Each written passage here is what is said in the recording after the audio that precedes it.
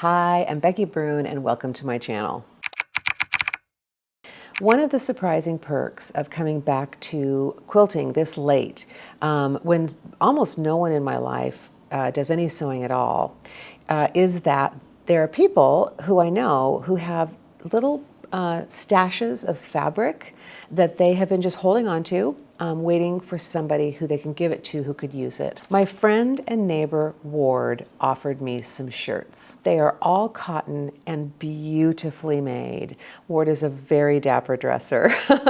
And I did hesitate, partly because of that. Cutting up these shirts, these particular shirts, feels like it borders on violence. Although the idea of using found fabric really appeals to me. These are the first two fabrics that Ward gave me, and I have used them. I have cut them up and used them, in particular on a quilt for him. Then he offered me some silk ties from back in the day, almost vintage. They may be considered vintage. The wrong color, but it does look like olives in a martini glass. For those who are salivating right now, I hear you, but I was very worried about taking these. I did not want to ruin them. I carefully took one apart to see how much fabric was actually on a tie like this, and it's actually pretty good. I'm not sure if you can see this, but it's almost like tapestry. The ties are not enough fabric for much, although I did immediately see kind of a dark lap quilt, maybe backed with linen or wool. Then my brother-in-law, who works for a kind of a planning, design, architecture firm, offered me some sample scraps. I was no longer reluctant. I just said, yes, please. I'm not sure I'm going to know a lot about this fabric. These fabrics, look at this though, look at these. They're upholstery fabrics. They're thick and well made. Oh, here's like a lame. You can't see how shiny this is, I don't think, in this light. This one is very thick. It's not carpeting, but it has that thickness. I want to be able to very, very carefully hand quilt this. So something like this I may save for another use. Ooh, furry.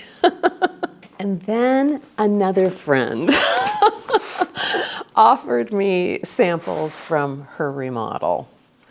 Oh, wow. Monica has good taste. The Shade Store, I don't know if you're familiar with that.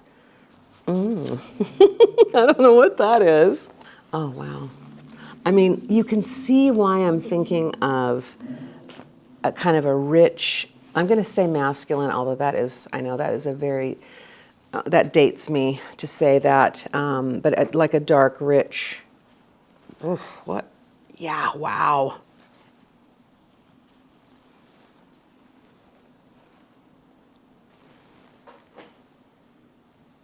This is interesting. This has been stitched up.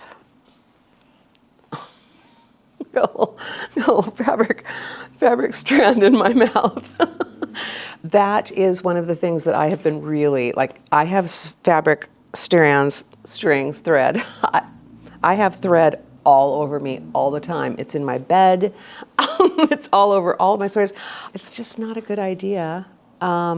When you're working with so much fabric to be wearing these black sweaters. Monica, if you're watching, thank you, thank you.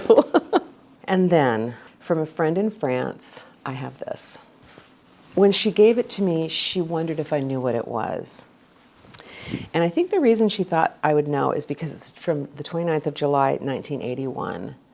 And that is because it is commemorative fabric from when Prince Charles married Lady Di. I'm going to guess that the pictures of the people were cut out and used for something else. Possibly, I actually don't know. This will also be part of the quilt. Maybe this makes it a little bit less masculine. Sitting here amidst all of this fabric, I know that I do not deserve this bounty, and I'm going to be as careful with it as I can possibly be. stay tuned and watch this space. See you next time. Bye.